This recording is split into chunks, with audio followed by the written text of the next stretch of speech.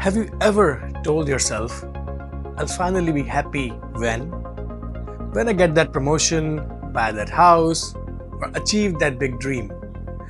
Eventually, you get usually what you've been dreaming of, and yet it never feels like enough.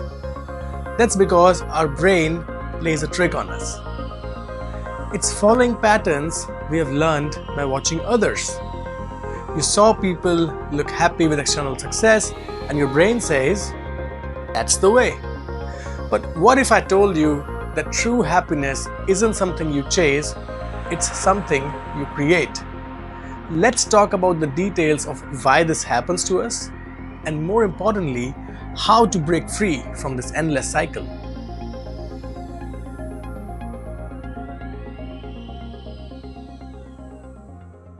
As humans, we are natural observers. From the moment we are born, we begin learning by watching others. Just observe the young ones and you'll know what I'm talking about. It's not just a habit, it's survival. Our brains are hardwired to look for patterns in the world around us.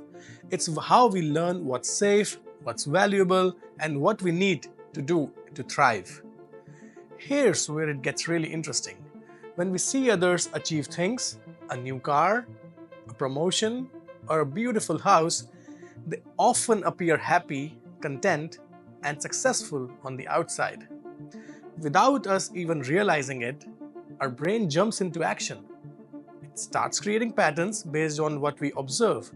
It says, if they're happy because of that, maybe I will be too. And because the human brain is built for survival, it prioritizes these patterns. It interprets them as instructions. These are the things you need to pursue for safety, happiness, and belonging. Why? Because thousands of years ago, belonging to a group wasn't just a nice feeling, it was essential for survival. And being valued and accepted meant protection, resources, and a better chance at life. That survival instinct is still deeply embedded in us. So, when we see someone celebrated for their success, our brain links it to survival. It convinces us that achieving similar goals, like getting a promotion, buying a car, or owning a big house, is the way to secure our place in the society, to feel acknowledged, and to find happiness. Here's what happens next. Our brain starts creating automatic programs in our subconscious mind. It links neurons together, forming patterns that drive us to chase these goals over and over again.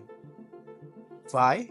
Because the brain prioritizes survival above everything else. It thinks, if this keeps us safe and valued, we need to repeat it. So without even realizing it, we become wired to keep running after these things, not out of greed, but out of an ancient instinct to survive. While these achievements can bring moments of joy, they can't provide the lasting happiness or deep contentment we are truly searching for. Our brain, with all its brilliance, often makes this mistake because it's simply following patterns it created from observation. Good news? Once we understand why this happens, we can start to change the way we approach life. We don't have to reject our goals or ambitions. Instead, we can pursue them with a sense of balance and self-awareness, knowing that the real happiness isn't about what we achieve on the outside, it's about how we feel inside. What you're experiencing isn't a flaw. It's sometimes neuroscientists call the hedonic treadmill. It's the reason we adapt so quickly to achievements and find ourselves chasing the next big thing. And it's all happening in your brain, on autopilot. Let's uncover today why this happens and, more importantly, how you can take control of this. Consider myself incredibly lucky. Over the years, I've been able to achieve things that many people associate with success. I bought my first house, upgraded my car, got promotions, and built the kind of life that from the outside looked perfect. But here's the truth I didn't talk about. Every time I reached a goal, I felt a brief sense of joy, but it never lasted. It was like my mind immediately moved the finish line. What's next, it would ask. A bigger house? A better car? Another milestone? No matter how much I achieved externally, there was this quiet feeling inside that whispered, "This isn't it." I found myself running toward the next goal, then the next goal, hoping that it would finally bring the lasting happiness I was chasing. But it didn't. Let's unpack the neuroscience behind the hedonic treadmill.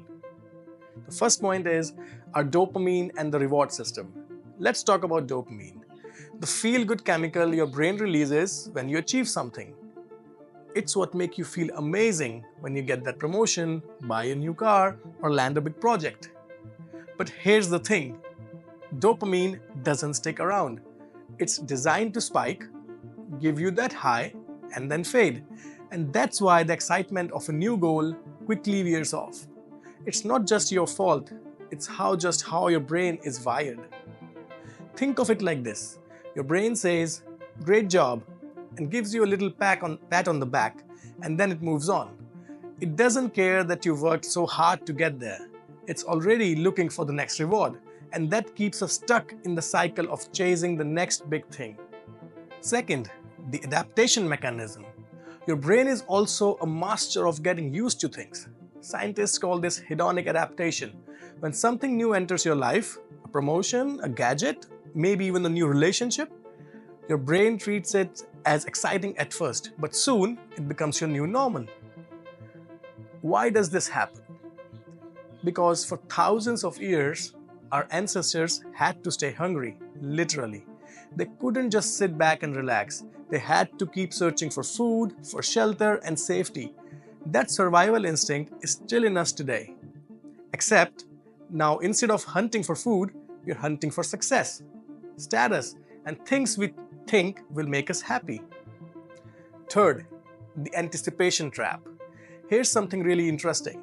Your brain actually loves the chase more than the prize itself. That's right, it releases more dopamine when you're planning for a goal than when you achieve it actually. Think about the excitement you feel when you're planning a vacation or dreaming about a new job. It's thrilling, isn't it? But then the trip happens or you get the job, and suddenly it doesn't feel as magical as you thought it would be. Your brain has already moved on, searching for the next thing to get excited about. This is why we often feel empty after achieving something we thought would bring us immense joy, but it didn't. And let's not forget the default mode network, or as I like to call it, what's missing machine. This is the part of your brain that's active when you're not focused on a task.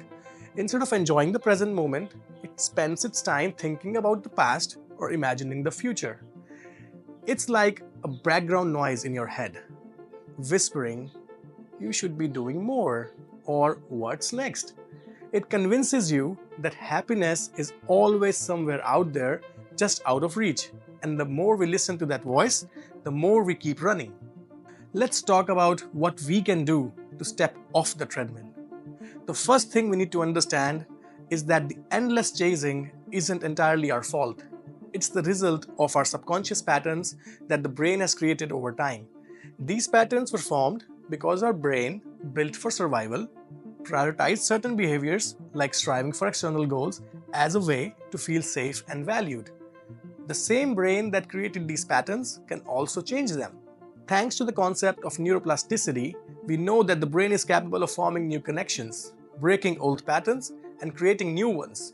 It means that with intention and practice, we can step off the treadmill and redefine how we approach happiness and success. Here are my top 2 tips to start the process.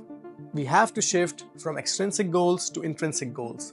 We are so conditioned to chase things that look good on paper, promotions, bigger houses, higher paychecks. But those are extrinsic goals, goals driven by what the world tells us we should want. And they're all good. But what if you flipped the script?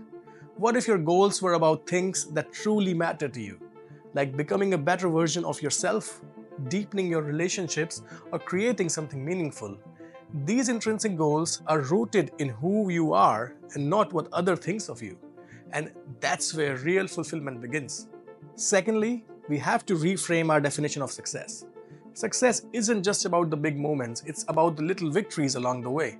The problem is, we have been taught to wait until we reach the finish line to celebrate.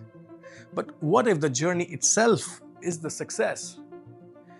Think about this way. Every time you take a small step towards your goal, give yourself credit. It's like telling your brain, hey, we are doing great. And over time, this simple shift helps you find joy in the process, not just the result. I really love this analogy. Think of life like a song. You listen to the song not because you want to reach the end, but to enjoy it while it is still playing. We should aim to do this in every moment of our life. The world will always have another finish line for you to cross, another promotion to chase, another house to buy, and there's nothing wrong with setting goals or wanting more. It's part of being human. But the secret is to ask yourself, why? Why am I chasing this?